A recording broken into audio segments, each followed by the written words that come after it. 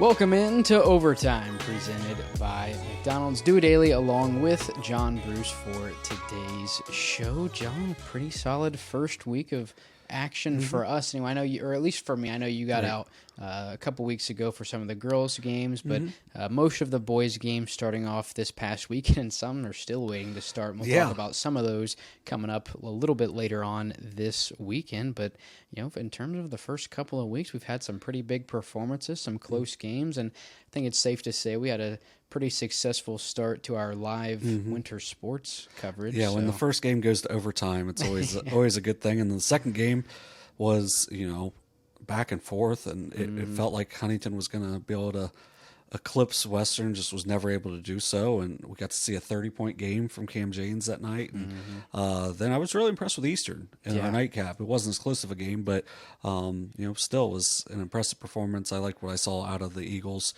and it's we're going to get back out there this week. Hopefully, get 3 more games in. And it should be fun. And we'll talk about those a little bit later in at the end of each segment with the boys and girls. So we'll start off with the boys. We'll talk individual performances, team performances, and then we'll preview some upcoming games this week that we think you should get out and see, or maybe that we're going to go see and provide some live coverage. A lot of big games coming up this week. We'll start with boys, and then girls will follow. As always, timestamps in the description down below so you can see what we're going to talk about in the episode. And if you see something you like, just skip right to it. Makes it a lot easier. You're welcome for that.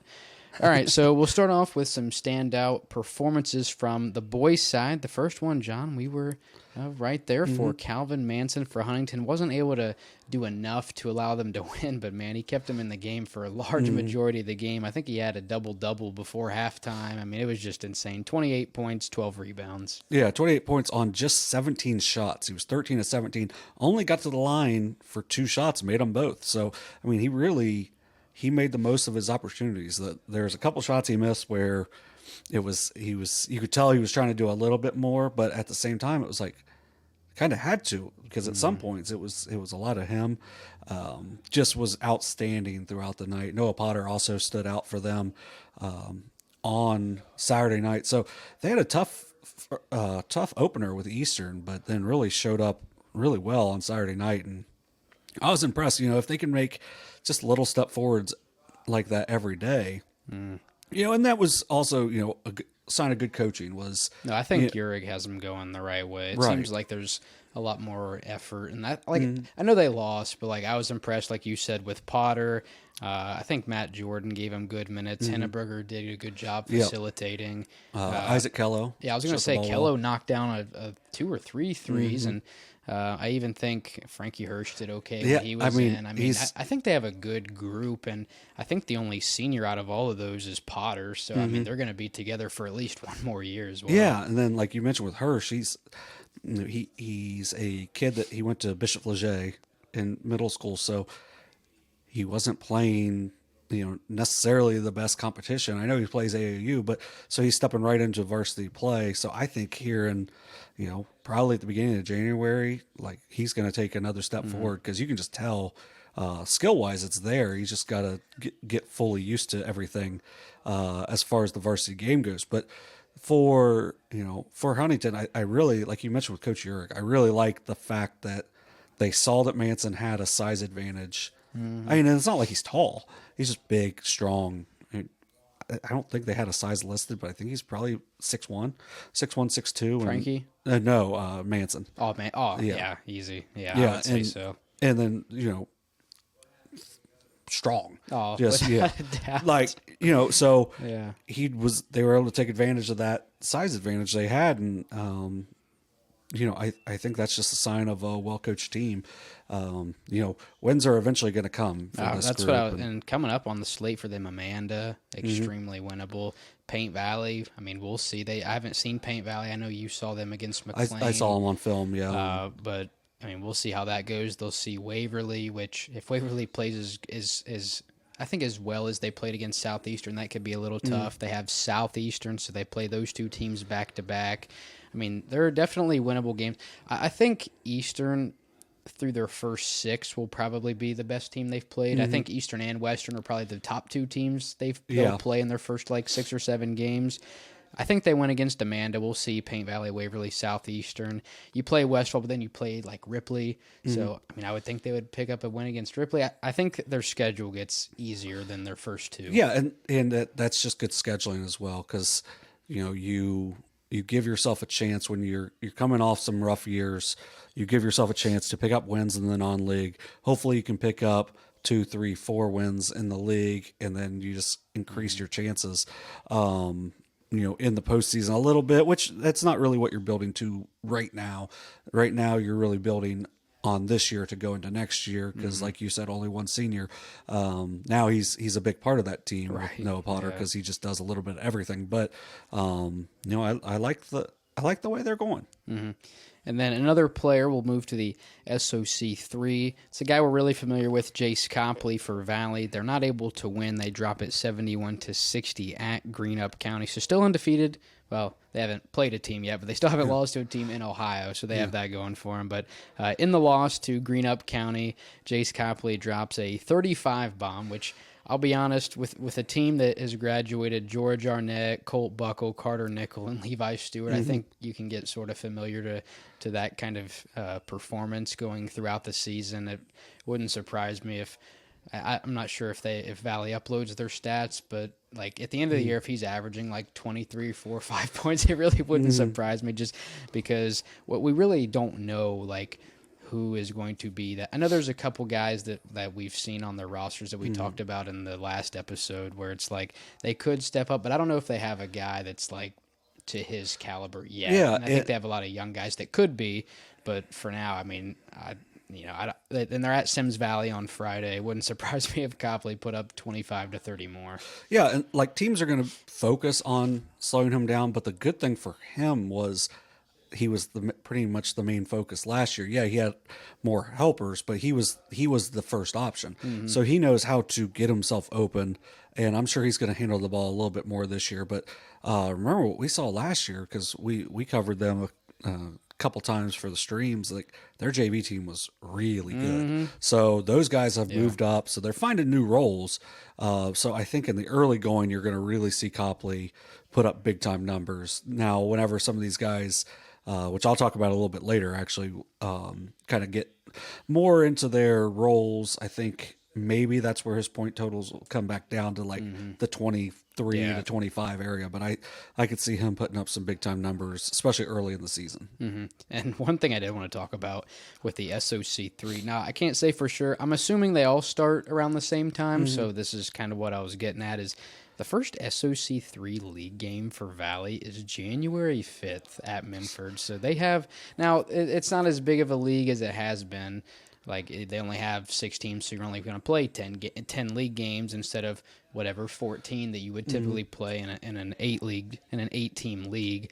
So there's not as much, you don't need as much time to play them, but I just feel like normally they're a little more spaced out, and we'll get into it a little later, but like the FAC starts league play Tuesday, and I think the Shack started it last week, so it's just kind of funny to see how leagues will, start league play 2 months before another league. Well, but it's like the old school, the way the Big Ten, or probably just all of college basketball did it forever, was you won't start till January. Now the Buckeyes just played last night. Minnesota.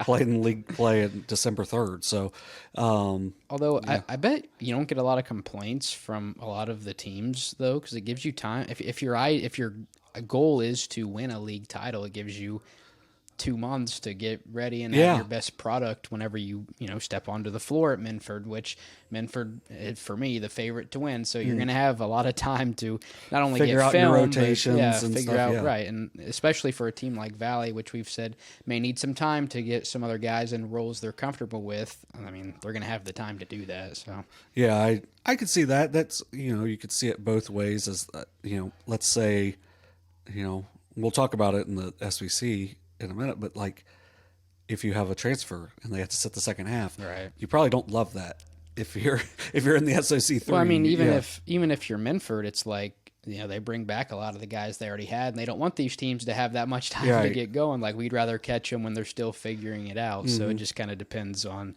the situation you're in with your own team. Yeah. So moving on to another player was Unioto's Zeke Schobelock. The 6-foot senior had 24 points in their win over Miami Trace on Saturday night. It was a game where, like Coach Hoops will tell you, wasn't the prettiest. 55-41 win. So obviously you take that any day of the week, but it just they didn't score a field goal and didn't really take that many in the fourth quarter. But in the first quarter, they got off to a slow start. They had 6 turnovers in the quarter, 9 for the game. So kind of settled down a little bit after that. But to finish the first quarter, Schobelock hit threes on 3 straight possessions. He had 13 points in the first quarter. Like, he's just an unbelievable shooter. One of those just really good catch and shoot guys. We saw him go crazy against Jackson last year. And like, so he can catch and shoot, or he can do it off the dribble. So, to bring that aspect out for the Shermans is really big. He also, I think he had 3 steals, a couple breakaway layups. He does a little bit of everything, and is mainly seen as a shooter, but he can do it in a variety of ways for them as well. Also for the Shermans in that game, KB Perkins had 14 points, 8 rebounds. He didn't have a rebound until like halfway through the second quarter, which for him is crazy. But, overall had a nice game for them. Drew a bunch of fouls, made his foul shots. Then Blake Fitch had 12 points. I think 10 of them were in the second half. So where Schobelock, he had 19 in the first half, Schobelock did, only 5 in the second half. Where Miami Trace was focusing in on Schobelock, Fitch was able to take advantage. And then the biggest positive to me for Unioto was the Hoopses. Blake and Newton combined for only 3 points in the game, and they averaged nearly 17 a game combined last year. So if you get just that normal production out of them offensively to go along with Schobelock, Fitch, and Perkins, like, it's going to be a really tough team to beat. And we're going to get a chance, well, Lord willing, we get a chance to see them on Sunday. Like, we're going to at least watch them on Sunday when they take on a very good Fairland team. So, but they got, they opened the league play with St. Trace on Saturday at St. Trace. So that'll be a fun test for them. I'm very confused on how the SVC does their rotation of the schedule, because there was, back in the mid 2010, so when Unioto went on their really big 69-game winning streak in the league, it was their last loss was against a St. Trace team to open one of the seasons, and then they won the next 5 years, and then St. Trace moved to like the second game, and now they're back up to the first. Like, it's usually like rotates through like first, second, third. Yeah, but it just kind of first, second, turned. first. Yeah, they like took 1 step forward and 2 steps back, and so that's where that game is, and that could be a big time game when it decides the SVC as well. Yep. And of course, if there are any big performances and like maybe your school doesn't like normally upload stats, we can send them on Twitter. I had a guy from North Adams message me on Facebook the other day. So, stuff like that helps. It makes it a lot easier. Now with the Shack, I will say not totally necessary just because of how well that website is ran. But and I know the FAC just started a new website, but like schools in the SOC one, that would be huge. Yes. Like before the FAC launched their site, that would have been huge. The SVC we're usually pretty good about. OVC, maybe that would be a little helpful. It just kind of depends how each league handles their statistical. Yeah, it's just any time stuff gets put out is helpful. I know P. Floyd on Southern Ohio Sports, or not Southern Ohio Sports Authority, that's us. Southeastern SEO preps. Yeah, on there he made something to ask for the big performances of the week, and is that what you learned? Yeah, and that's where I was able to pull a couple of performances off of that. Now, we're going to talk about some standout performances as a team coming up, but anything helps. I mean, we want to get as much recognition for these kids as possible. So, our DMs are open, I guess. Yeah. So anything, or even if you just want us to watch a film, I know, there's different people celebrating different things. Like I think it's Richie's Barbecue is going to do a distributor of the week in the SVC, which is awesome. But like we need to get that information needs to get out there, and we want to get as much stuff out there for these teams as possible. Right. All right, so we'll look now at some standout performances as a team, and we'll start off with one that we weren't there for, but we did see the team the next night. It was Western coming back from down. They were down, I think, a little bit over 20 to beat Piketon in double overtime. Drew Hagee had a big night, 36 points. Cam Janes with 23. And then the next night they knock off Huntington. Right now, Western 2-0 to start off the year. Yeah, really impressive for Western. I was told they were down by as much as 24. Now, the only verification I had was into the third was 58-39. They were down 19. And then they come back, and Hagee knocks down a contested three to force overtime. Ends up going to double overtime, which Hagee fouled out during. And then with 8 seconds left in double overtime, Cam Janes finish on a driving layup to give the win to the Indians. So really impressive overall as a team. And then the next night, when Hagee was in, foul trouble early, he got 2 fouls in really the first 2 or 3 minutes. So he really, I think he had 4. He only had 4 points in that game. So, that's, after a night after scoring 36, they still averaged 20. But they were able to find a way to win that game. Cam Janes also, he had 30. Now, he had 20 in the first half, or 24 in the first half against Huntington. But then he picked up his 4th foul about 2 minutes into the second half and sat for nearly a quarter. So they played without Hagee for a good while and without Janes, and we're still able to get a win. So if you look at that team, you really look at Hagee and Janes, but you have to look at some of those other guys. Lytle had a nice weekend. He did a good job. Clay had a nice Cutter. Yeah, Cutter Sweet Clay name. had a couple hit a couple big threes for them in that win over Huntington as well. So, I mean, they're an undersized team, but, man, they're going to play hard. They're going to get in you defensively.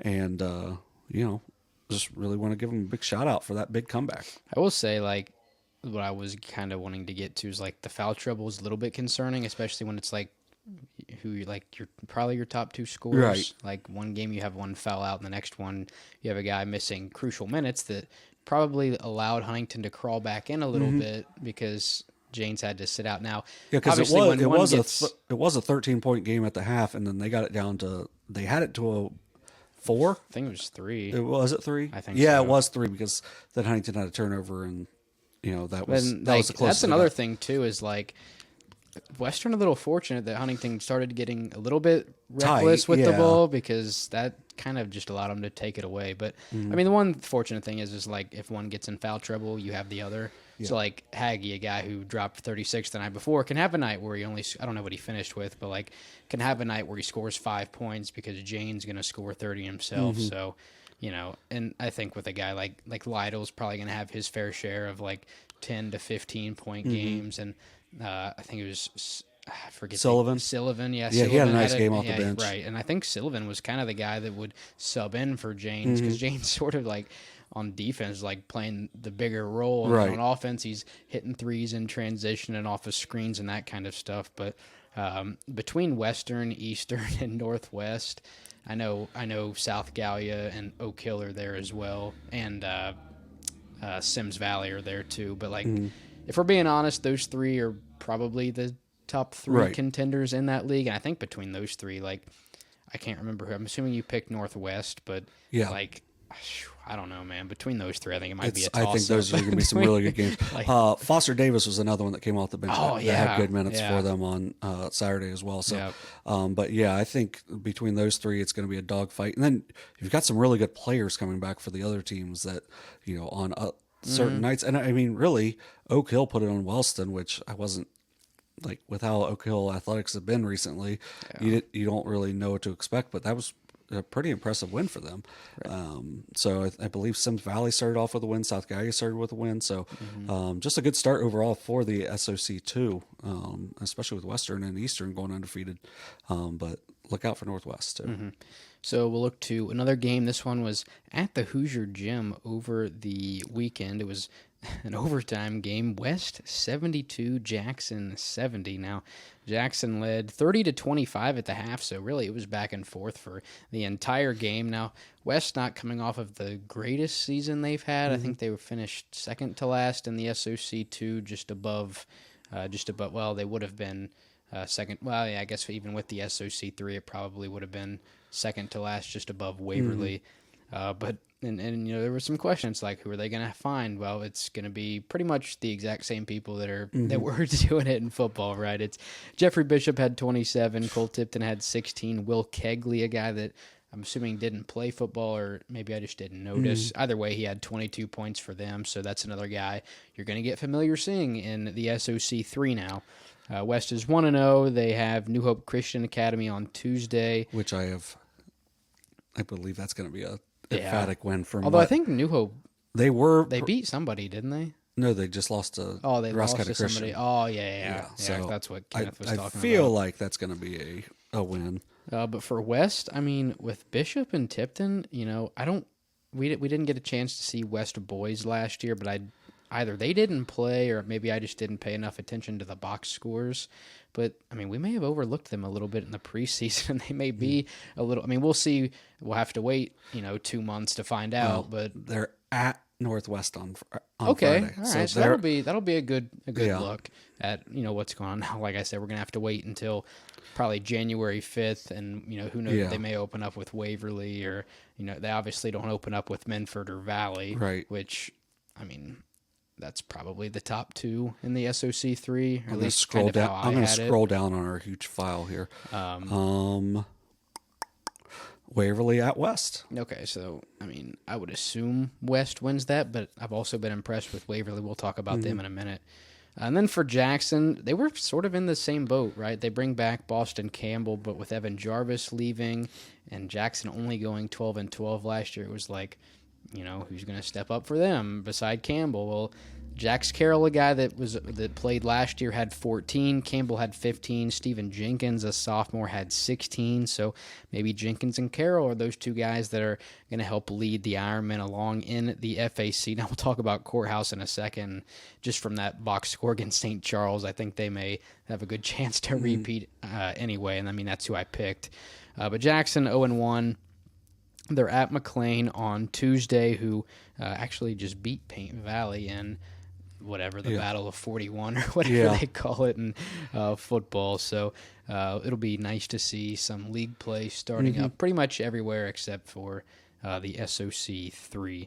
Now, for Washington, they take down St. Charles, a team that, as you mentioned off the air, they lost to last year. Now, all three players we highlighted in the preview were pretty much the top three guys for this team in the win, right? John Wall, if I had to vote a most improved player over the last 3 years, that's probably my guy.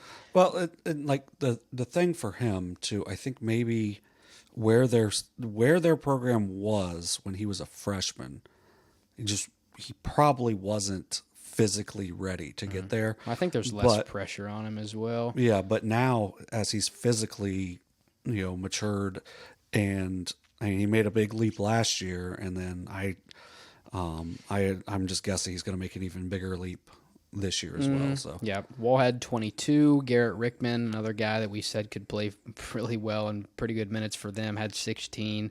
Then Isaiah Haithcock with a 11 point, 10 rebound double-double. They're at Hillsborough. That's who they open up FAC with. Not so fast, my friend. There is illness in the Washington program, so it's actually they are not playing on really? Tuesday. It got postponed. I saw that while I was sitting at a church doing my last research, waiting on you to get to the studio.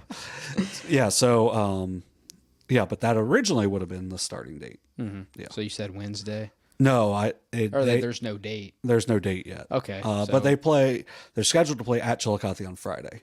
Okay, so maybe they open up Friday and that game gets pushed to, whenever they have an opening. But nonetheless, Courthouse, a big-time win. I think they're 2-0 now with also a win over over Wilmington. Sorry for that. But 66-52 over Wilmington. Yeah, I mean, Courthouse looks impressive so far in the early goings. Yeah, I think with the FAC, I think it probably does go through Washington. I was thinking a little more highly of, I think, Miami Trace than you were coming Yeah. into the season, but man, they just did not look very good in that Unioto game, and they seem to be kind of confused on what style they want to play. So I mean, they had a couple kids that could really shoot the ball, but they also have some good size. So once they figure that out, I think they're going to be really tough to beat. But they lost to a Western Brown team on Friday, 53-47. That was kind of surprising. But yeah, Washington off to a good start. Anytime you can beat one of the Columbus Catholic schools, like those are usually pretty strong programs. So that's a good win against St. Charles. And then like with Jackson, they just had so many young guys back from last year that played a lot, but at the same time, it was one of those things when we were watching Evan Jarvis against Unioto last year. I think he had 27 that night. It was just like The DeMar night. yeah, there was hardly anybody else that was doing any scoring besides Boston Campbell too. So it was like, where are they going to get scoring from? Right. So They have a lot of returners, but it's like none of them had to perform it like that. Like some of them would have days where they have 10 to 15, but it wasn't like an every night thing. Yeah, and I thought in that game against Unioto, I thought Stephen Jenkins made a nice step forward for them. But yeah, so that doesn't surprise me too much that he would lead them in scoring in that opener. So I think that's a good sign for them. Obviously not a great sign to lose to West when you're probably favored in that game. So. But like I said, I think we maybe overlooked. Yeah, I think we West may a have little overlooked bit. West because that's if you can get three guys scoring at that Over type 15. of clip. Yeah, like that's just going to be really tough to that's stop. Tough. And Yeah. Jackson, a team that we project to be competitive towards the top of the FAC. Now it's hard to compare, how good a team is like through the interleague, right? So like we'll use like the Shack for volleyball as an example. Like we might have like a Fairfield team that was among the top, but like as soon as they go out of the league, it's Right. maybe not as successful. So we'll see what happens once they start league play. As you said, for Courthouse, going to have to wait a little bit as they were scheduled for Tuesday at Hillsborough. Not going to happen. They are scheduled at Chile Friday, so maybe that's Hopefully that means they get healthy and are able to play on Friday. So one other, we actually have Couple two more. Yeah. First one, Waverly starting off the year 2-0, the same amount of wins they had a season ago at 2-20. So it would have to be an absolutely monstrous skid Disaster, in the year if they wanted to finish with the same amount of wins. But 51-48, an overtime win, our first live stream of the year at Southeastern, and then a 55-41 win over Amanda. We sort of projected that one in the post game after the Southeastern game. Now it gets a little tougher. They're at Eastern on Friday. So, and I was impressed with Eastern. I believe Eastern is 2-0 now with two wins over a couple SVC schools. Now, the one silver lining for Waverly is that Eastern was one of their only wins last year, and I do think Waverly is much better than they were last year. Now, it was at Waverly. It wasn't at Eastern, and I don't know. I feel like playing at Eastern isn't the easiest. So, Right. I mean, we'll see what happens. But for Waverly, it's a promising start to the season. Yeah, I was really impressed with Caden Nybert. And the freshmen. Obviously, we talked about the Myers twins before that game, but man, Landon Russell was really good that night. I had like, if you didn't see the stream, he had a couple drives. I'm like, I just wonder, our team's going to just play off of him. Can he shoot? And then they ran a set play for him. He drilled a three. I'm like, okay, well, he can shoot too. So, once the Myers twins get, comfortable, Acclimated. yeah, there you go. To go with Russell, that's three really good freshmen. I know they played another freshman in that game as well. It's a Waverly program that I think is, last year was, with how much they lost the year before from that state team, was bound to be not a very good year. Maybe, I don't think maybe we expected it to be That bad. Yeah, but they did lose every starter, so yeah, so close to. I believe Kelly was back. but I think he was hurt. So I'm not even sure if he played any last year. So, and then Robertson gone, and then they had a new coach, and now they have another new coach, so third coach in 3 years. Yeah. But so that part can be tough on a program, but the 2-0 start definitely helps that out.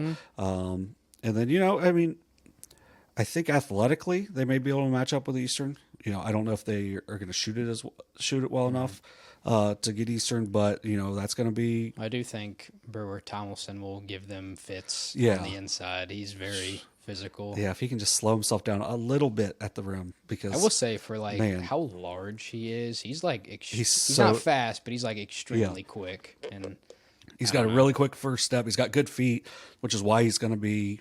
He did smoke a wide open layup after one of the he nastiest spin moves I've ever seen in a high school basketball game. But I think we've all done it to where we make oh my gosh, I just killed that. What did I just do? And then you just miss it. Right. But yeah, he's fun to watch because that night he had 4.6 rebounds, but he impacted the game so much. I'm telling you, I don't know when it will happen, but if he had a 20-point, 20 rebound game, it literally would not. I mean, it would surprise me because that's impressive. But I feel like out of everybody we've seen thus far, he's one of the more favored guys to do that. And he I think he cut a 3 as well. Yeah. Or maybe that was a different big guy on a different team. But I thought I remembered him letting one go from the top of the key. I think that was Foster Davis for Western. It was. Shot a 3. I don't think it was Tomlinson, but yeah, Tomlinson is he's going to be a Division I football player. He's just, you can just tell. And he was first team All-Ohio as a lineman this year. And I think when you hear first team All-Ohio as a lineman, you wouldn't think he's as fleet-footed as he is. And I was really impressed with him. All right, so one final game we will look at, another overtime game. Fairland 68, North Adams 66. A handful of players that we highlighted for both teams. Chase Allen with 24 points, Will Davis 12 points, 8 rebounds, Noah Markham with a double-double, 11 points, 11 rebounds.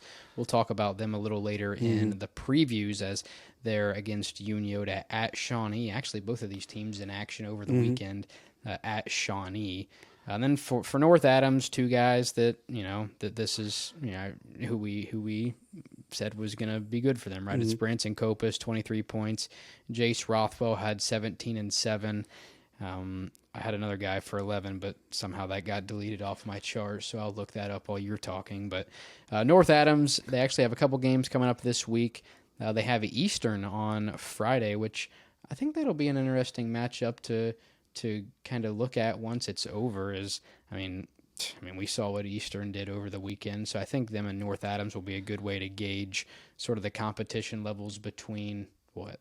Oh, no, I'm looking at, I found the kid. It was Connor Young. He's a freshman. Connor Young. Who's now 4 for 5 from 3 in his 2 high school games. So. Yeah. So Connor Young also with 11 points. Those 3 guys, I think, were their only 3 in double figures. But for North Adams, they're back in Seaman. They'll take on Eastern on Friday. Like I said, I think that'll be a good way to gauge sort of the level of, I don't know a better word to really use, how good each team is and how good each conference is in comparison with one another, as Eastern's coming out of the SOC2, North Adams out of the SHAC 1, I believe. I think they're both out of the SHAC 1. Eastern? Oh, Eastern Brown. Brown, that had me all messed up. Yeah. Eastern Brown also in the SHAC 1. We'll talk about that matchup. Yeah, even though we don't cover Eastern Megs, we still have 3 Easterns in our area. Well, I mean, what was it? We covered more TVC Hocking in the regular season for football than we did TVC Ohio, which is in our coverage area. It took that Vinton County Gallia game just to get there. And can I tell you something that's probably not good news? I don't know if you saw this or not. We retweeted something from Waterford. Really? Yeah, Waterford over Eastern Megs, a basketball score the other day. I'm like, over Eastern, neither of those teams are in our coverage area. Yeah, that's what I'm saying. Like, are they going to be in our coverage area now? Because that's, like, no offense to Waterford and Eastern Megs, but I don't really want to drive there to stream a game. Like, I would cover a game out there because it's, they have good athletes and good athletics, but like, that's a haul. Yeah, you'd almost have to catch them at like something we're going to try to do over the weekend at Shawnee. Yes. But speaking of Shawnee, North Adams also at Shawnee. They have Bishop Hartley. That is on Saturday. Unioto and Fairland is the nightcap on Sunday. But, I mean, just for that game in general, I mean, 68-66 in overtime. I mean, that's... Whew. Yeah, and honestly, if you just showed me those two teams and we're going to say it was overtime, I probably would have said there's more points. Just because they both play fast and, fun style to watch, and like I mentioned on Saturday, a fun style to play. It's fun to get up and down, and in that game, Copley was 12 for 12 from the line. So don't foul him. Yeah, absolutely. But yeah, so for Fairland, it was just an impressive showing. Their three top seniors of Allen, Davis, and Markham, all in double figures in a game that they needed to get at home. It's just a really good start for them, as they're hoping to make a lot of noise this year. As in D3, as they were a Caleb Lovely buzzer beater last year from making it to the district finals, a year ago. So it's a team that's well coached. It's a program that knows how to win, and I'm excited to see them in person on Sunday. Yeah, I'm probably not gonna be able to stream them in South Point either time, just because Fairland does their own stuff, and South Point is just too far. I'm sorry, but that is I don't know if I could warrant. Now, if it was maybe on a Saturday, I could, but during the week, especially if it was during school, maybe if it's during break, we could make the trip down. But that's from about here to all the way down here, and that's just a very far trip. But it is to the southern point. I think, right? I think what was the other place that was North Point or High Point? High Point in North Carolina. yeah. But I am very interested to see Fairland and South Point, the two times they play this season. So we'll take a look at a handful of games coming up this week. I believe in total we have about 5 boys games. We have 2 that are by themselves, and then we have 3 or 4 over the weekend at Shawnee. So the first one, little pick-away hoops action, Logan Elm and Westfall. This is the season opener for Logan Elm. It'll be the second game for Westfall. They had a 54-25 win over the weekend against Amanda Clear Creek at the little opening showcase. Zane Trace Tip-Off Classic. The Zane Trace Tip-Off. I wasn't sure if there was an actual name for it or not. Yeah, I wasn't. I thought after last year's that did not go well, I thought it might have been done, but it was able to go back to 2 days this year, and I believe they had 5 boys games, 1 girls game, a couple JV games in there as well. So that's the first classic type deal that I've seen have varsity and JV games. Yeah, and sometimes if they do JV games, they're played in a side gym. Yeah. So go play in the pit. Yeah, I'm trying to think of there's somebody. It might be over that classic in the country that Unioto, Fairland, Portsmouth are going to play in, where they stagger the starts to where the JV, if you play at 1 for the varsity, the JV plays at 11, so they can go from gym to gym and be able to compete, and parents aren't missing it and stuff. So, but that's the only way I've seen it. This was in the middle of the night, right? But in the win, Brody Clark, a guy we've sort of expected to be one of the top guys for Westfall, had 23. Joe Ray with 13.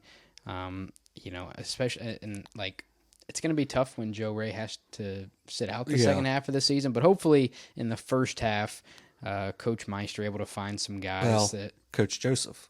Oh, it's not Meister Kyle anymore? Joseph just took over. That was his first game. So. Oh, see, I didn't know that. Yeah. Man, I thought Meister was still there. Nope.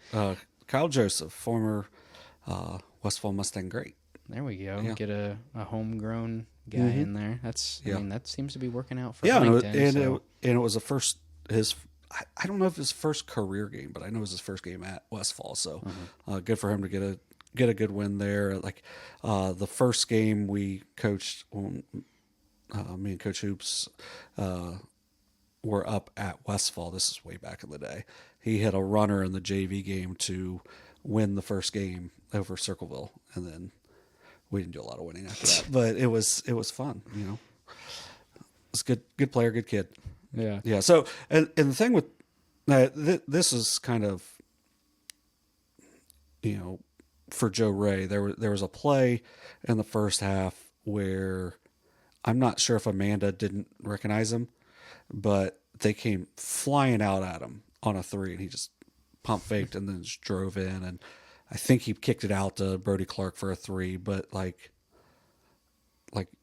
you don't want him driving because Joe Ray is dynamic when he's on the dribble drive, and he's strong, so he can finish around the rim too. But he also has a really good eye and is able to kick the ball out. And Brody Clark, is one of the better shooters in our area. Like what I mentioned about like Zeke Schobelock earlier.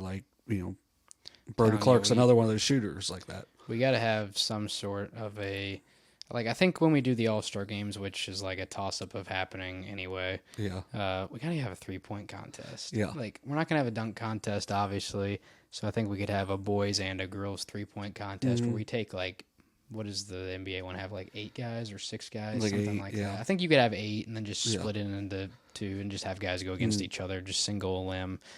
But I think that would be cool. I think him and Zeke would be great additions to that. Yeah. And then for Logan Elm, we don't know a whole lot yet because they haven't played. We know Nehemiah Wall is going to be a big player for them. It's going to be their first game of the season.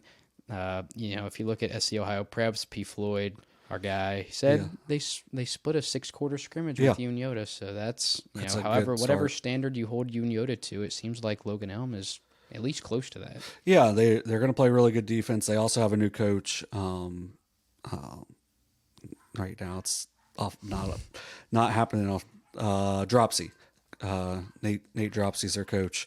So this will be his first career game. So maybe the least combined varsity coaching games. Not possible, but very low. 1 game over the minimum. Yeah, so Coach Joseph's going to have a bevy of varsity coaching experience over Coach Dropsy, but Dropsy's been a part of that program for a long time, and it's just kind of a change was coming with why can't I think of his name right now? Peru. Logan Elm, the longtime coach. They've won for a long time. They won a district championship. Doug Stuyvesant? Stuyvesant, yes. Logan great, Doug Stuyvesant, hit a half quarter at the Convo to win a district title for Logan back in I believe in the 80s, maybe early 90s. But yeah, with Stuyvesant and Holbert, they set a winning culture, and Dropsy's been a part of that on their staff for a long time. So it's it'll be a little different for them. But when I watched them on film against Unioto, they were still really good defensively. Was an outstanding player. So I'll actually be at that game tonight, I guess, whenever this gets posted. And Tuesday night. Yeah, Tuesday night. So be able to have a little more to talk about on the Braves coming up after that one. Then one other game, we'll head to the Shack. We have Eastern Brown and North Adams really going into the regular season. There's some shaction. Yeah. Going into the regular season, I would say these are probably the 2 favorites in the Shack one. They're the only teams that returned any all Shack selections from a season ago. Now, one interesting thing about Eastern is that I noticed Cade Walkup did not start for them. So we'll see. We don't obviously know if it's injury or maybe there's just better guys in the lineup. But for Eastern, they're 1-0, 63-40 over Lynchburg-Clay, which is big because Lynchburg-Clay is in the Shack one, so they'll play them twice. But Grady Barber, 15 points, 7 of 12 from the field. Drew Edmiston, 14 points, 5 of 7, 2 for 3 from beyond the arc. And Luke Haney, 9.7 rebounds. Expect those guys to be impact players for them in this matchup. Friday at North Adams, we already know with Copus and Jace. Rothwell. Rothwell, and we even talked about Connor Young. I'm blanking on all I got names. another one for you. Breaston Schweigert, who was really big for them in the districts last year. Against West Union, he had 21 points, 10 rebounds, hit 7 threes in that game. So he is a super tough kid. He fouled out of the Fairland game, so I don't know. For North Adams? Yeah, so he barely, I think he had 2 points, maybe so 2 or 5 points. He only had 1 field goal in that game. So I think that makes a big difference for them if he can stay on the court. Because right now they're playing with the 5 kids they brought back from last year, including Caleb Osborne and Cody Hessler, but they're also playing with 2 freshmen. So it's going to be interesting to see how the freshmen mix in for North Adams. I believe they're only going to have 1 senior. I believe it's going to be Copas, but I just blanked on his name too, and even though I just said it, Hessler. Although Hessler hasn't scored or taken a shot yet. Apparently he's played in both games, but he just hasn't really done anything offensively in either. So, Connor Rogers is the other freshman for them. So I think that's going to be an interesting matchup to see where North Adams is right now. North Adams only graduated 1 player from last year, but it was their size. So is that going to make a big difference for them? These are 2 really well-coached teams with Coach Copas and Coach Buechler down there at Eastern Brown. So that should be a really fun matchup. So we've got an extremely large slate over the weekend at Shawnee. John, if you want to dive in. North Adams, Bishop, Hartley, Minford, and New Albany. I believe that'll be Minford's opener, yes. Will it be? And then South Point, Ashland, Blazer, and then Sunday Valley and Fed-Hawk, Wheelersburg, Harvest Prep, and Unioto and Fairland. So we've got a ton of games coming up over the weekend. Yeah, the first ever battle for the 740, I believe it's $10 if you pay ahead of time, and you can get all the games. We'll also talk about girls' games that are going to happen on Saturday and Sunday when we talk in our girls' preview on the second half of this episode. So, first attempt they're doing for this battle of the 740. I think they're doing these battles of different area codes throughout. I know Unioto girls are playing in the battle for the 614 in a couple weeks. So it's this battle series, and it's good. They're highlighting a lot of our local players, and they're getting a chance to play some really good teams from outside the area. So as we already talked about with North Adams, Copas averaging 23 points a game, helped by Jace Rothwell and Schweikert. Now they're going to face off against Bishop Hartley, who went 12-10 a year ago. They returned Jaden Calloway, who averaged 14.2 points a game last year as a sophomore. He was, I believe, special mention All-Ohio in Division II, so he's going to be an outstanding player. And, I mean, they were playing like Bishop Reedy, who was one of the best teams in the state regardless of division last year. Played them a couple times, played that St. Charles team that was really good a couple times. So, don't sleep on them because of the 12-10 record. It's going to be a really good test for North Adams on Saturday. Another really good test is going to be Minford and New Albany. New Albany only went 9-13 a year ago. Once again, that doesn't really matter because of the conference they play in. They returned 6'4" senior Braylon Nash, averaged 17.1 points a game as a junior. He was also special mention All-Ohio, but that was in Division I.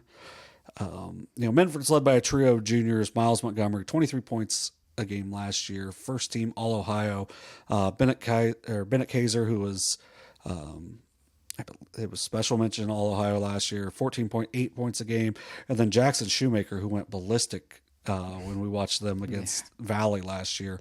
A 6'4" junior is a kid that can score inside or out for them. So, an incredible 22-2 season a year ago.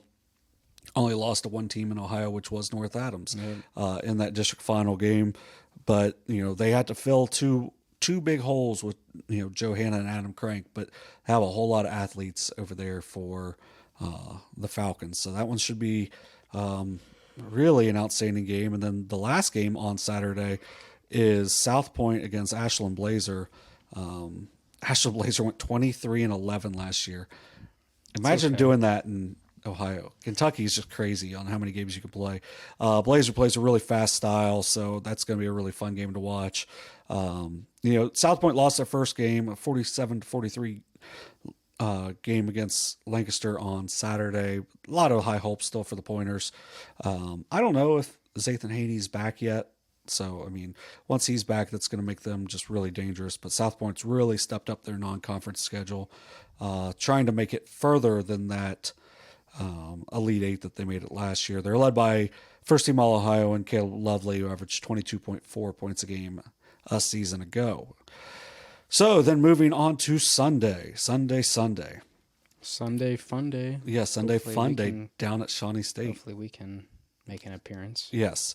The first boys game is actually going to be South Webster. I didn't even actually put it on here, but South Webster has, let me pull this up really quick. I'm sorry for disappointing everyone with not having it immediately available. The Jeeps. Hopefully the Jeep is there, and maybe we'll get a look at them if we're able to get down there for those games. Yeah, Belpre in South Webster will be the opener. I think South Webster's going to be really tough. That's a not a great matchup for Belpre. Just a lot of guys back from last year, had a nice season. Just got to figure some certain things out. I'm trying to think of the personnel wise. Yes. Try to fit, with so many different kids that can really play. They just got to figure out, their best rotations, their best units together. So I'm interested to see how South Webster comes out, because I think they could be a sleeper in the SOC3 this year with the talent that they do have back. Then moving on to Valley against Federal-Hocking. That should be a really fun game. We discussed the awesomeness of Jace Copley already. Fed-Hawk has a similar type of star in Tariq Cottrell. Averaged 19.8 points a game last year as a junior. They also return Andrew Earhart and Zane Buckley from a district championship team that went 22-4 last year. And really, they were a blown call in the last minute away from having a chance to make it to the Final Four, as I think they would have been favored in the district or in the regional championship game. Valley has some quality young pieces to go with Copley, so like we talked about earlier, just an outstanding JV team from a year ago, filling in new roles, and I think by January, once SOC3 play starts, they're going to be a team you don't really want to face. Next, probably the least balanced matchup of all of these is Wheelersburg against Harvest Prep. I think Wheelersburg has a chance to be really good again this year, but Harvest Prep returns most of their team from a team that went to the state semifinals last year. I just want to throw out a couple of names for them. Sophomore Ephraim Campbell, who started last year as a freshman for them, is 6'5", and is just he can do a little bit of everything. But they also have a kid named London Foggy. I wonder if he has a London Fog jacket. Do you even know that brand? I don't. Okay, so it was like the North Face before North Face was anything. Okay. London Foggy, a 6'4" senior for them. I think the Pirates are going to be well prepared and will battle throughout, but I'm not sure how good of a game that could be. Hopefully they prove me wrong on that. And then our last matchup will be a fun matchup. Unioto against Fairland. Unioto's trio, Zeke, Schobelock, KB Perkins, Blake Fitch were really big for them in their win over Miami Trace. What can the Hoopses do in that game? Blake and Newton coming, off of games where they didn't shoot the ball as well as normal. What can they provide them? Jordan Perkins didn't play particularly well against Miami Trace. He can give them good minutes as well. So they have some nice depth for Coach Hoops over there. And then Fairland with Coach Speed, Will Davis, Chase Allen, Noah Markham were outstanding in their opener. Now off the top of my head, I'm blanking on the... Against North Adams? No, Fairland, the lefty guard. Oh, Buchanan? Yeah, Brody Buchanan is another one. He didn't do a ton of scoring in that game, but he could really explode at any time. I'm pretty sure he's left-handed. I think he? so. Yeah. I think there was one. I just can't remember which one. Yeah, from watching the film on them against Miami Trace. I was just impressed with what Fairland was able to do against Miami Trace in that contest. So it's a solid team over there in Fairland. So that should be that's the last game of the Battle of the 740, and I think that might slate. be that. That's the only game really featuring teams. Two teams from our coverage area. So yeah, Valley and Fed-Hawk is the next closest. Yeah, Fed-Hawk is 2 miles outside of our coverage area. Yeah. All right, so we're finally going to move on to the girls' side of the show. We'll start off with some individual performances that were either big in their team's victory or maybe they didn't win, and they were a big reason why they were in the game. So we'll start off with Emma Garrison. Had and I'll talk about this a little bit more later, but a new career high in points, 32 in the win over Southeastern, also eclipsed the millennium mark in career points, over 1,000 on the Good career. job using Millennium. Millennium was one of the worst albums I've ever heard by Will Smith. Millennium. Yeah, it was bad. That sounds. Yeah, bad. it was like right after he had Big Willie Style. He came out with Getting Jiggy with It. No, no, no, no, no, no. And Miami, which featured, oh my gosh, I almost said Ava Torres, but that's the wrestler. Eva Mendes, Ryan Gosling's wife. Yeah. Okay. Yeah, this is your pop culture minute. But Emma Garrison, this is, how crazy the Adena girls basketball program has been.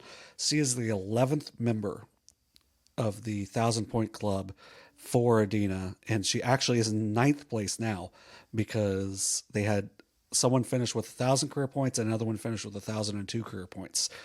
She is at 1,004. I feel like you have to try to finish with 1,000. Like you just got it. All right. It was Cindy Driggs. Oh, okay. Yeah. And it was like in the regionals too. So she finished like right at it. Yeah. But like they had an Olympic gold medalist in their program with Cindy Noble Hauserman, and they've won 3 state championships. Did Urban Meyer's wife play basketball? I believe she did. Was she like okay? Or I don't. It's got to be in the record book somewhere. And this is what you're here for, SVC. I know. We got to know this. But, congratulations to Emma for crossing the 1,000 point. Yeah, there we go. Mark, you have more career points than Urban Meyer's wife. Yes. 100%. 1,000 career points. She was SEC Player of the Year last year. Yep. She may have been first team as a freshman too, but she definitely was a sophomore. Yeah. I think so. She was definitely all league as a freshman. Well, that's what, yeah. But so just an outstanding career so far. She's averaging over 20 points a game so far for them as they're 3-0. That win over Southeastern was a hard fought game, and I think Southeastern might be a little better than the win over Piketon. I'm not sure if we have that on the. We'll talk a little bit about Piketon later, but that one sort of surprised me a little bit. I knew. I mean, I'm not saying I thought less of Southeastern, but I thought a little bit more highly of Piketon. Now we'll save that for later, but they're a very young team as well. Yeah. So a good win for them over Southeastern. As you mentioned, she had a career high of 32 in that game. So it's just people try to diminish the 1,000-point total because of playing more games. But when you do it in the 3rd game of your senior year, it doesn't matter how many games are in a season. You're going to do it. You would have been a 1,000-point scorer back in the day too. And she could score at every level. Just an outstanding overall player for Adena as they're off to a hot start. And, we will see them. Hopefully on Friday. Yeah. Take on Piketon. I believe that's one of our game previews. So we'll get into that one a little bit more in depth a little bit later on in this segment. But another player, John, that I think through the first 2 games was averaging 40 points per game for Green, Abbie Knapp. I think that 39-point score came in when we were at Roosters the other day. I think that was actually a week ago. It was last Monday. But 42 points in her first ever high school game, and then follows it up with a 39-point performance in the win over Eastern Reedsville. I think she had like 39 of the team's like 60 or something. So she's just been filling it up for the Bobcats. So they've won 2 games. She scored 42 in one of them and 39 in the other. In their loss against Valley, they only scored like 23 as a team, and she scored 16. So she is a major part of the Green Bobcats team. Only a freshman, has just gone ballistic so far. Her brother, John Knapp, is one of the standouts for the boys team, and he's only a sophomore. So you get used to hearing that name, especially when we're talking about Green over the next few years, because they're kids that can really shoot it. They have some good size and length and can make things happen a lot of different ways. And Green's only going to get better. Obviously, teams are going to do what they can to try to stop her, but I look for her to have a monster career. I'll tell you what, we have some this is one of the more impressive. And I know we just had a class last year with Sienna Allen and Miley Smith. But this is one of the most impressive in terms of the number of freshmen that are playing at a high level, this is one of the more impressive freshman classes I think I've ever seen. There's just a ton of people at a ton of different schools that are just big impact players for their teams. Yeah, and it's I was thinking about this when I was putting my notes together, was like how, girls can make a little quicker impact than boys. Yeah. But it's still there's such a, you don't see very many boys that are ready as sophomores to play. No. And like Montgomery is about one of, and I mean Montgomery, and then like if you go back to, I'm sure kind Robertson of a similar, was Robertson sort was, of playing, and well, Robertson was playing against 8th graders when he was in 5th grade too. Right. So like, yeah, I just remember watching him in the junior high league over at Unioto. I'm like, how is he playing already? And they're like, oh, he's only in 5th grade. I'm like, and he's their best player. Like he's, you get guys like that. You get them every once in a while. But for the most part, you see it a lot more in the girls, which is why you have more 1,000-point scorers in the girls than boys typically. But I've just been really impressed with, and we're going to talk about 2 or 3 more of these freshmen coming up in one of our previews. Yeah. So another player that, she's had a good start, but this has been going on for her entire career at this point. It's Peebles, it's Peyton Johnson, 30.5 points per game in the opening week for Peebles. She had 36 in a win over Fairfield.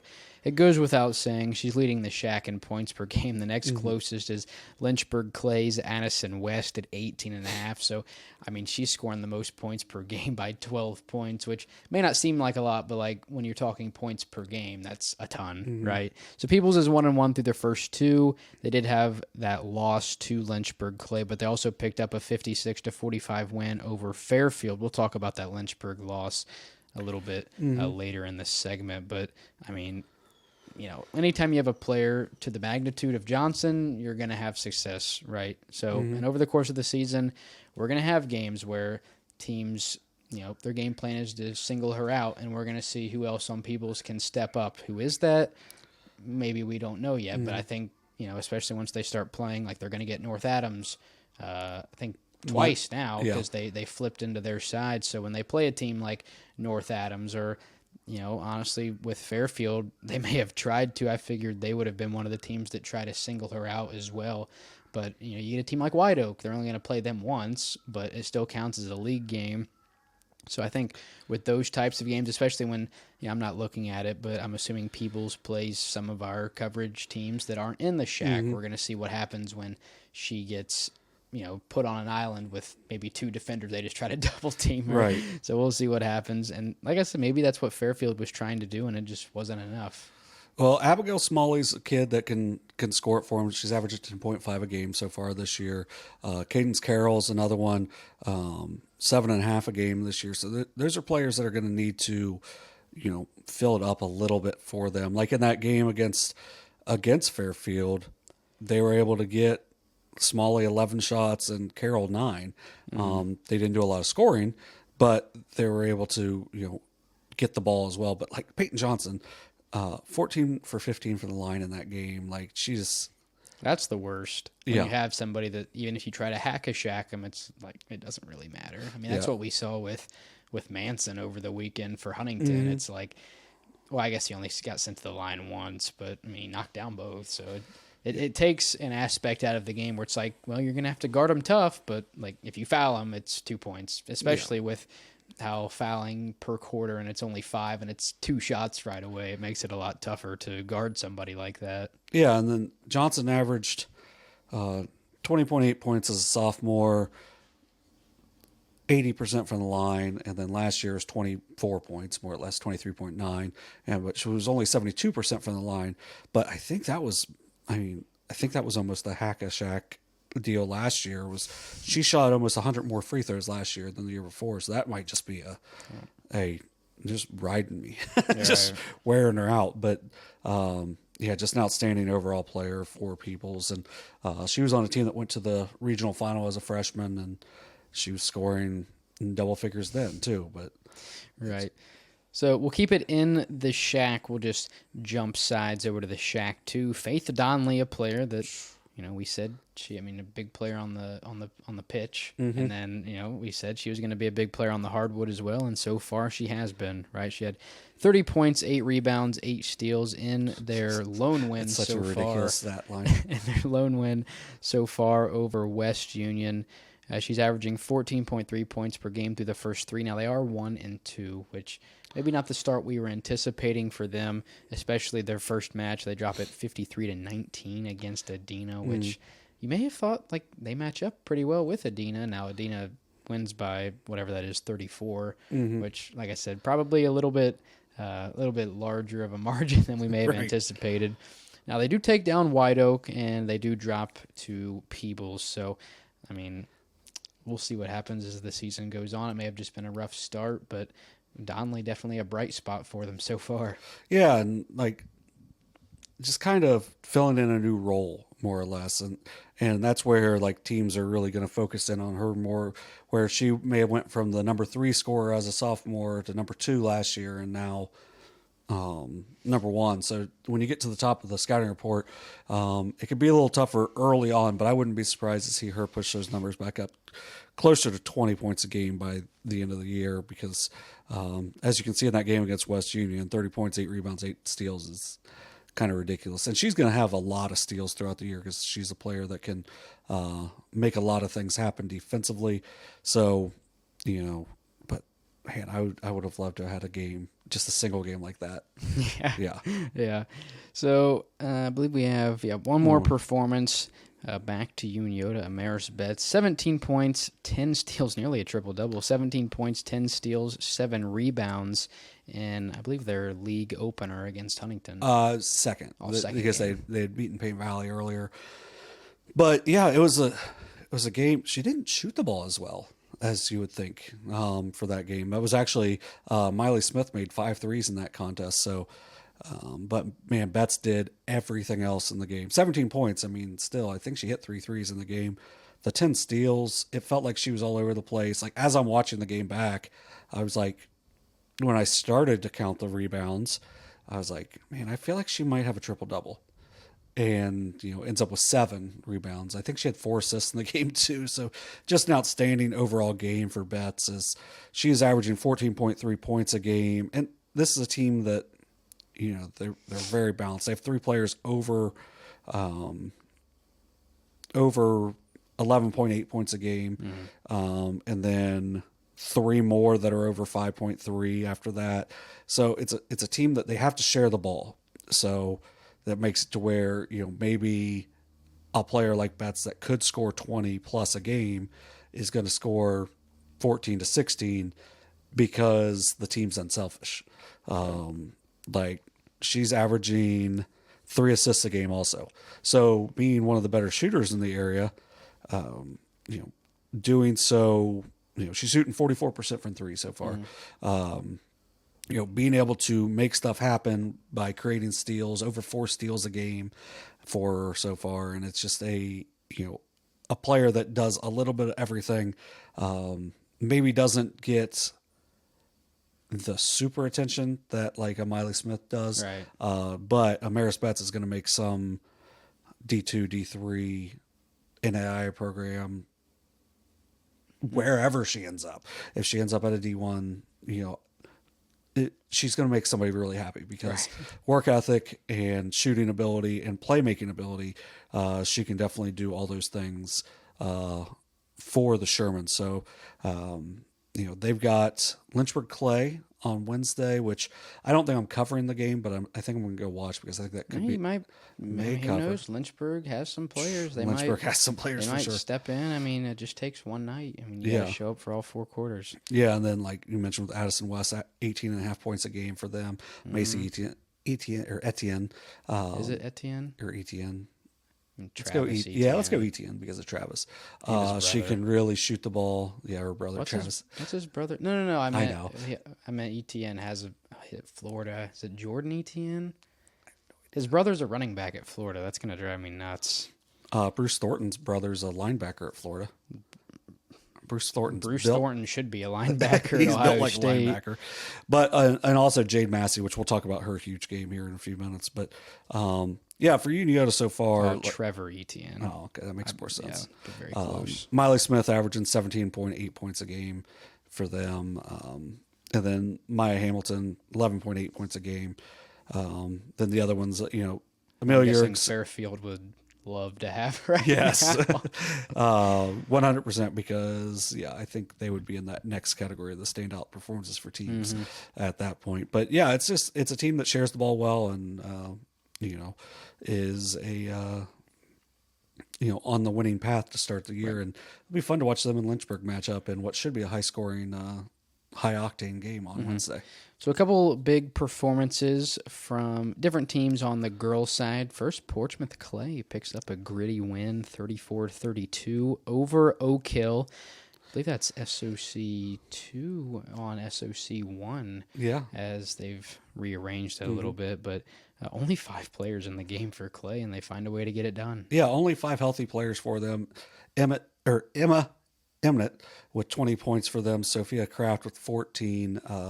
Emnett had 20 the other night in a game that they lost also. So she's another freshman that that's what I'm saying. Yeah. Like this class is just ridiculous. Yeah, once Clay gets a little healthier, they can get a little more depth. I think they're going to be a team to watch for sure. But yeah, just anytime you can see a team winning with only 5 players is going last year Portsmouth on us. Well, Portsmouth had 6. Yeah, they did have 6. They did finish their season with 4 on the court. Yeah. Yeah. But yeah, so shout out to Clay to get that win, and just keep working, keep getting better and healthier, and hopefully we'll see some more wins down the line for them. And then this was sort of a matchup that we kind of hinted at a little bit earlier when talking about Peyton Johnson. But Lynchburg-Clay 62-57 overtime win over Peoples. Big night for Addison West. Yeah, 28 points, 8 rebounds, 3 steals, 3 assists. That's okay. Yeah, just and especially when you don't want to say, hey, we got to have someone match Peyton Johnson. Well, you kind of have to. And Addison West was able to do so in that game. And then Jade Massey with one of the more absurd another overall stat line. Sheet stuffing performance. 8 points, 10 assists, 6 rebounds, 4 steals, and 3 blocks for the, I believe, first team All Ohio. For the SOSA Girls Soccer Player of the Year, whatever that is worth. Yes.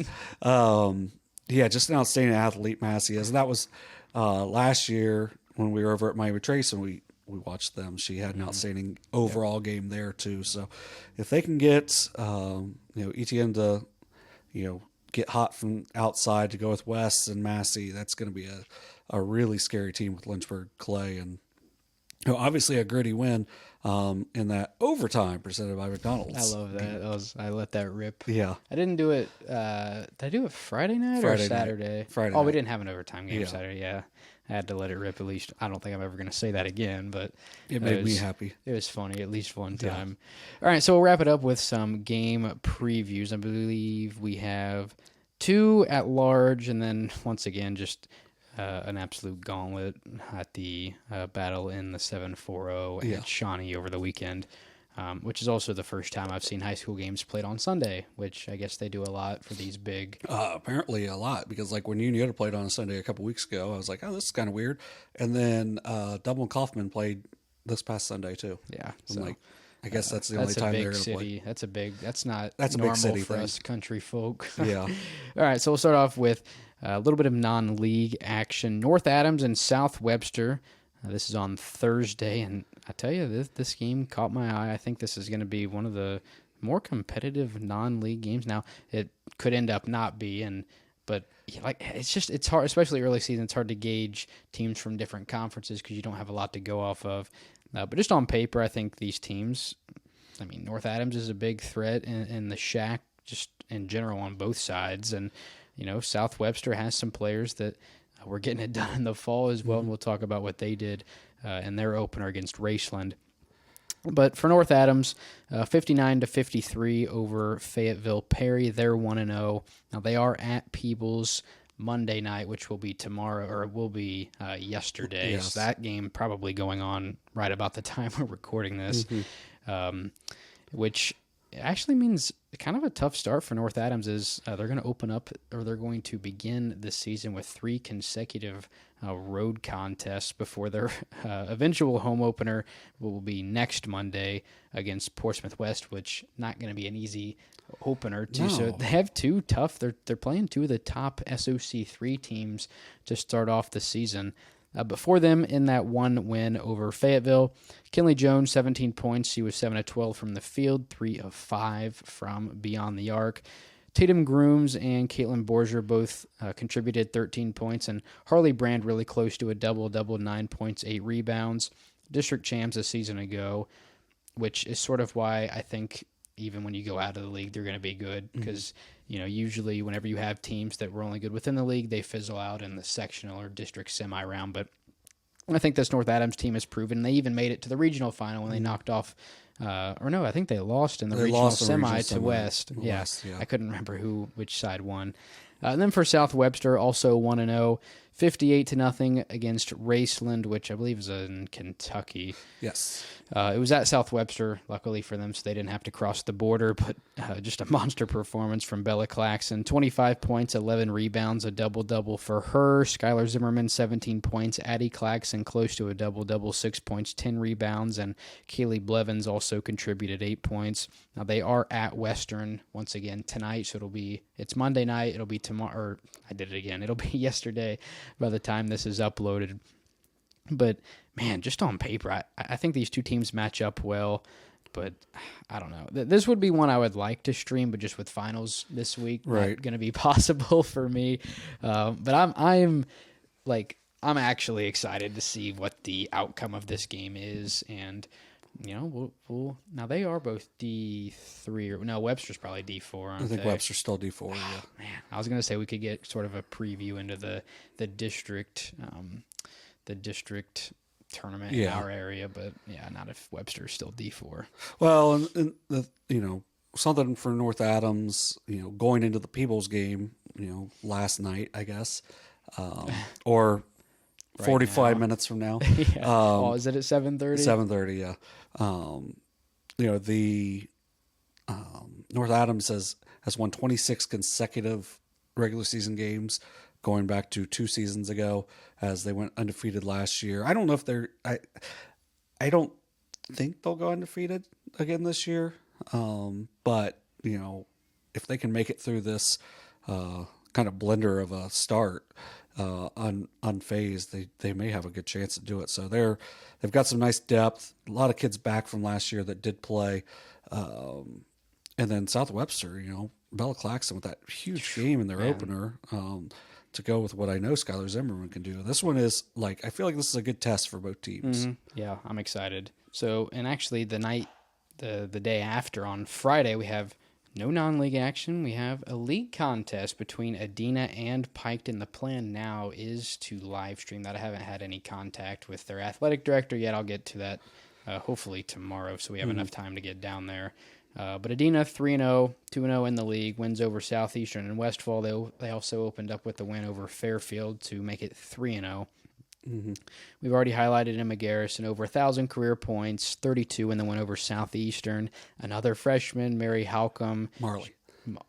Oh, yeah, I wrote that down. You just didn't read the L. Marley Halcomb, she's been great for them.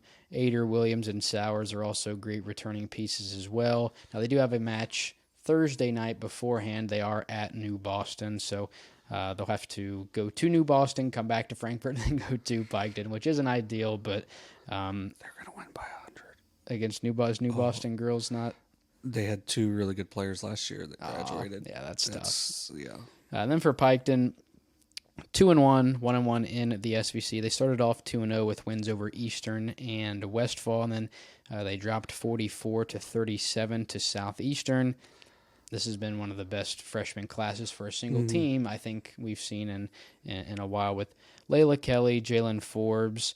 I'm assuming it's Abrielle Johnson. I believe it's Abrielle. That's how it would sound, I'm assuming. But Abrielle Johnson, a junior, she's been, I'm assuming, a solid leader for them. She's one of the older players on the team. Now, they also have a match before this one on Friday when they're at Northwest on Wednesday. But and the loss to Southeastern sort of shook up my expectations for this game a little bit.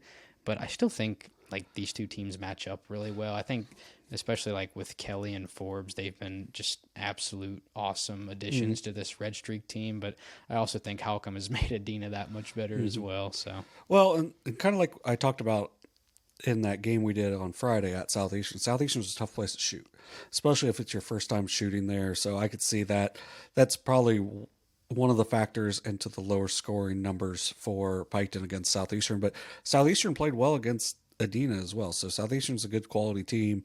So I think this will be a good game. You know, it's going to be. I know these two teams, the freshmen, played in the 8th grade championship last year. oh, really? That's cool. Yeah. I can't tell you who won off the top of my head. It's on my website. But I was just I thinking would assume Piketon. Piketon I think Piketon has a more dominant. They have more good freshmen, I guess. Are there any other? Do you know if there are any other freshmen on Adena that are contributing at least as much as Marley Hocking? Not off the top of my head. I think she had, what was it, 14, 15, or 16? Piketon won 36-28. There we go. So maybe a little revenge game for Hocking and company to avenge the 8th grade chip loss. Hey, these are good groups of young players, and I saw Piketon up at Westfall, and I was impressed with them. And Forbes came off the bench that night and really had a huge impact. Layla Kelly scored their first 9 points. Abrielle Johnson, she's does a little bit of everything for them, and just a good solid athlete. They also have Lainey Brown, good length inside, is one of their only seniors. So they're going to have a team that is just going to constantly get better throughout the year and just keep growing, as they have a couple more freshmen as well. So it's just should be a fun matchup. I do like Adena's their depth that they're able to use now, especially with Hocking, filling into a role instead of having to take over a lot in that team. But Garrison can really score it. You mentioned with Sydney Ader, Kiera Williams, Cameron Sowers, really good pieces for them. So I think this could be a really sneaky good game, especially at Piketon Friday night. So. No, and I do think this game will give us a little bit more clarity about Piketon's loss to Southeastern. Yes. Right. So if Piketon is able to beat Adena, or it's like, a 1 or 2, like at least like a 1 possession game, it's like, okay, like let's wait and see when Southeastern goes to Piketon and see what happens. So I think it'll be a great game, a great way to start our live coverage, our week in terms of live coverage at Piketon. Do they have the Oven? Yeah, I was trying to think if they had a name. If they had a name for that. Yeah. The only school I know that needs to be called the Zane Trace got to call it like the microwave or something. The upstairs is so hot. That gym is smoking. I'm thinking at the beginning, Piketon's gym was super hot, but like I don't notice it. I never that notice much, it. So maybe they got it. I'm also not usually on the top because they have a lot more seating on the bottom than Zane Trace has. Yeah, because Zane Trace, you kind of have to be up well, top. And it doesn't help like on the home side. There's like no seating on that side down low because they have a bunch of like the stadium seats. So. Yeah, they're reserved. Yeah, I almost couldn't think of the word reserved. All right, so we'll wrap it up same way we wrapped up the boys. All the games we have over the weekend at Shawnee in the battle. Is it the battle of or the battle in the 740? Or the battle for? It might be battle 4. Showcase down at Shawnee. Yeah, it's at Shawnee State. It's a battle of something in the 740. The battle blank, the 740. Yes. Saturday, you got a couple of games. Notre Dame against Worthington Christian. Worthington Christian went 24-2 last year, and in return, all of their players, except for first team All-Ohio and Megan Mayotte. They also returned Jamie Custer, who averaged over 10 points a game last year for them as a junior. They've lost their first game, or they're 1-1. They lost their first contest, but going to be a really good challenge for the Titans. Seniors Gracie Ashley, Katie Strickland, and Ella Kirby all were in double figures in their 72-26 win over Eastern to start their season. Ashley led them with 18 in that contest. So, I mean, that's going to be a really good test for the Titans. And then after that, the next game is, I believe at 2:00 that day is Fairland against Reynoldsburg. Fairland placed 4 in double figures with Kylie Bruce, Bree Allen, Addison Godby, and Bailey Russell, and their impressive 66-59 win over Dayton Carroll to start the year. Dayton Carroll is now 3-1 on the year, so their only loss was to Fairland. How strong is the girls' basketball scene in Dayton? It's pretty good. I mean, I'm not familiar with like anything outside of our area. Yeah, so Although Cincinnati is the top. yeah. I figured that, but I just wasn't sure. But in I know, Dayton, like, it's our good girls too. go to Dayton, so we in the tournament. That's probably who we play as teams from around Dayton, because that's where the state tournament is, isn't it? That's state tournament is, yes. So Which is like kind of far, but I love it. Like, I liked it so much better than at Ohio State, because like at Ohio State, it's the NBA arena. It's just too big. yeah, feels more empty. Yeah, Dayton, even if there's less people at it, it feels like there's 10 times more people. Right.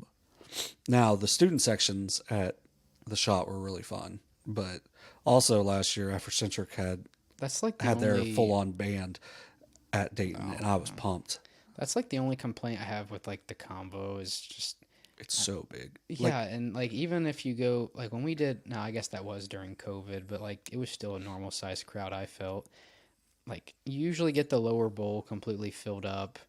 I mean, they close off the bleachers on the floor, so it's kind of like the second level, but like the top level, I mean, it's just people all scattered around, and it doesn't look great. Now, I'm assuming Wright State's gym is a lot smaller, so if you went somewhere like that, or So the thing with Wright throw 'em in State, St. John's or something, although that place is big too. So Wright State sort of has a bottom section, but not really. Like, it's like 5 or 6 rows, like all around, but then it's all up.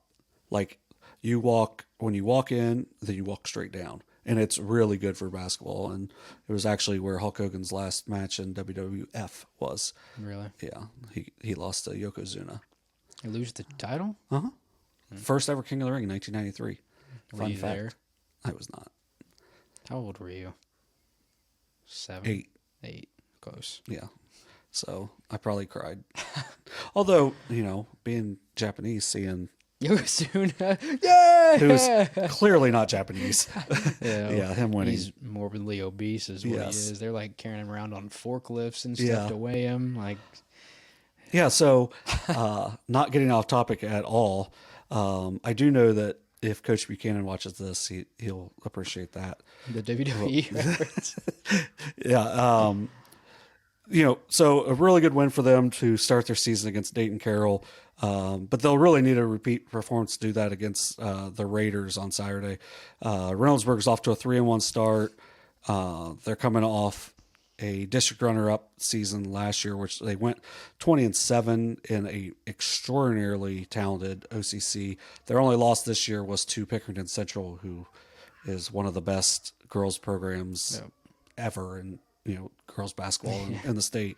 So it's a very good team that they're going to face, but with how well they move the ball, their style, I hope I can get down and watch this game on Saturday, because I think it'll be a really good test for Fairland. And then on Sunday, there's one girls game. It's Portsmouth against Fort Fry. It's before the Valley game and after the South Webster game. Portsmouth South to a 1-0 start. Mainly behind the duo Sienna Allen and Dasha Reed as they rolled over Boyd County, also Kentucky. Fort Fry brings a different challenge for the Trojans because they like to really play slow. They're 2-1 so far this year. I don't think they've scored 40 points yet. So Fort Fry. yeah, it's just slow. It's hard. Like, if you get into their type of game, If you get down against them, it's it's kind of like playing a ground and pound team. Yeah. Be like, I can't even think of a team. It'd be like playing Massey, right? Yeah. And like all they do is run. So you get down a couple scores, it's like, yeah, and especially with no shot clock. I mean, they just sit there and weave all day. yeah. So they'll try to take some time off the clock. They finished 17-8 a season ago. Now, they did play Fairland, and Fairland really put it on them last year. But With 6. Now they have, I'm assuming.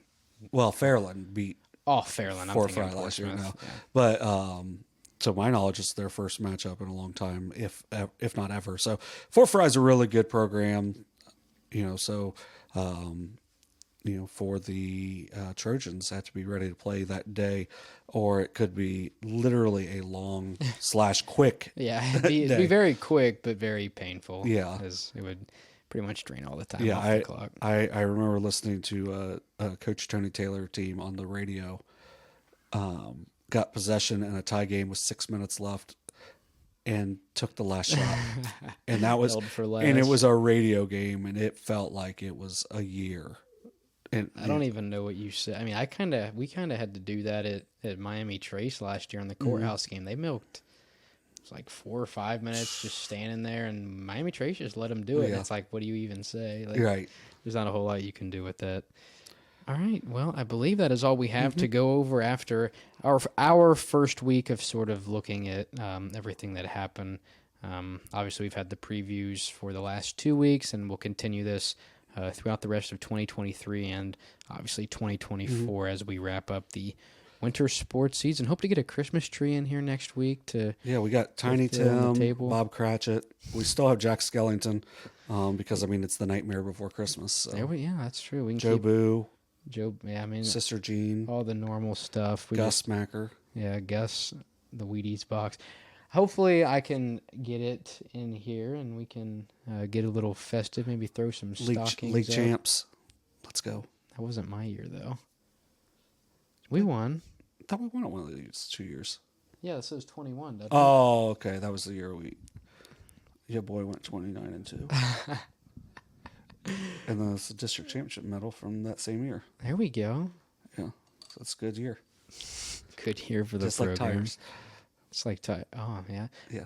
So I don't know if I ever showed you the picture of it, but like there's only 3 Goodyear blimps in the entire United States. It's only 3. Okay. And they house one of them in, it's not in Dayton, but it's at like a state park in Dayton. Oh, it's at a state park? Mm-hmm. Give me talk about something so I can look it up. No. It's the Buckeye basketball team. Wingfoot. Wingfoot. Okay. It's like Wingfoot Lake and Park or something. But Goodyear does a lot of funding for them, and they house there were 2 of the blimps there because they were storing one and they were doing maintenance on another. So I saw 66.7% of the Goodyear blimps in the United States. Oh yeah, because you're working there this summer. Yeah, for ODNR we went up there. They had it was like a handicap accessible boat launch so they could get out into the lake easier. And yeah, I saw that. I have a picture of it, which, I'm not going to put it on the podcast. I don't think anybody really cares about that, but, look at that. That's nice. Yeah. They were working on that one and another one was hanging out in there. So yeah. That's quality, viewership for them. Yeah.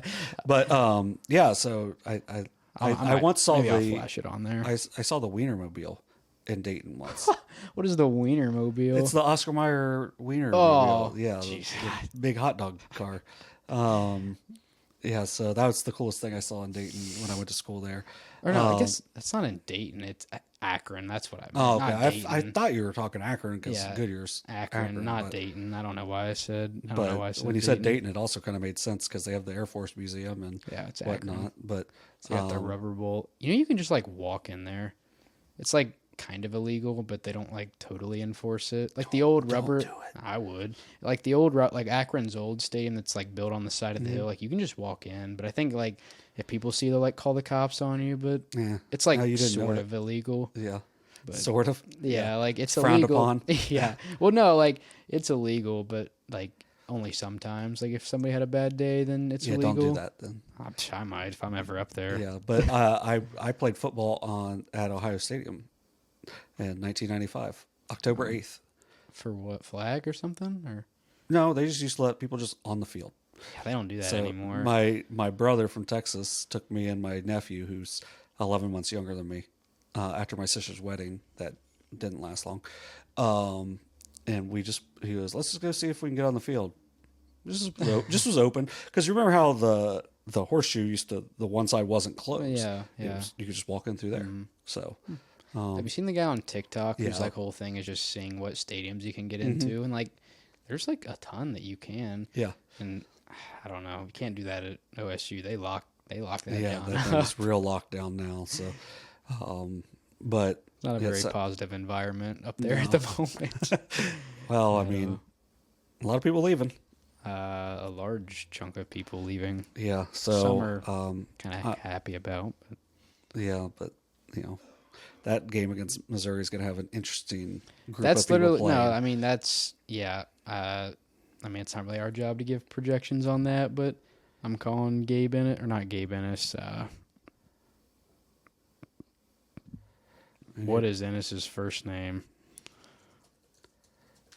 Curtis. No. Brandon Ennis. Oh, okay. Either Brandon Ennis or Carnell Tate are setting the record for receiving in the Cotton Bowl, 100%.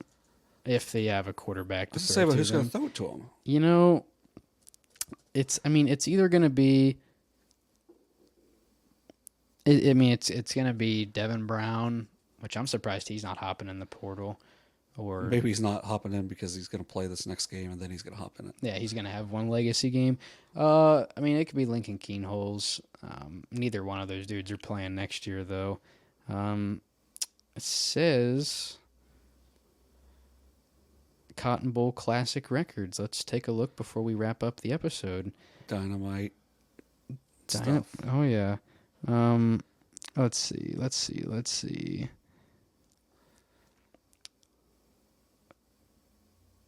It's only 148 yards. Oh, man, Marvin would have killed that. I can't believe it's that low. It was Justin Ross for Clemson, I believe. Doing it for those with the Wait. No, with no, an no. inappropriate Y in their name. It wasn't that one. Oh, it wasn't? No, not the dude on the Chiefs. Halftime records. I don't care about halftime records. I don't know. For some reason, this is not really giving me a very good... it's not giving me a very good list of records. It's giving me like halftime records and all kinds of other stuff. Well, whatever the record is, one of those two dudes are clapping it, to say the least. So We'll see. we'll see in about 3 weeks or Yeah. whatever. All right. So, Well, I think, my last statement, I'll wait for it. okay. Well, I think that's about all we have. I don't know. I just got kind of upset just talking about that, but I think I'm ready to go home. So. Yeah. All right. Well, I think that'll do it for today's episode of SOSA Overtime, presented by McDonald's. Roll Tide.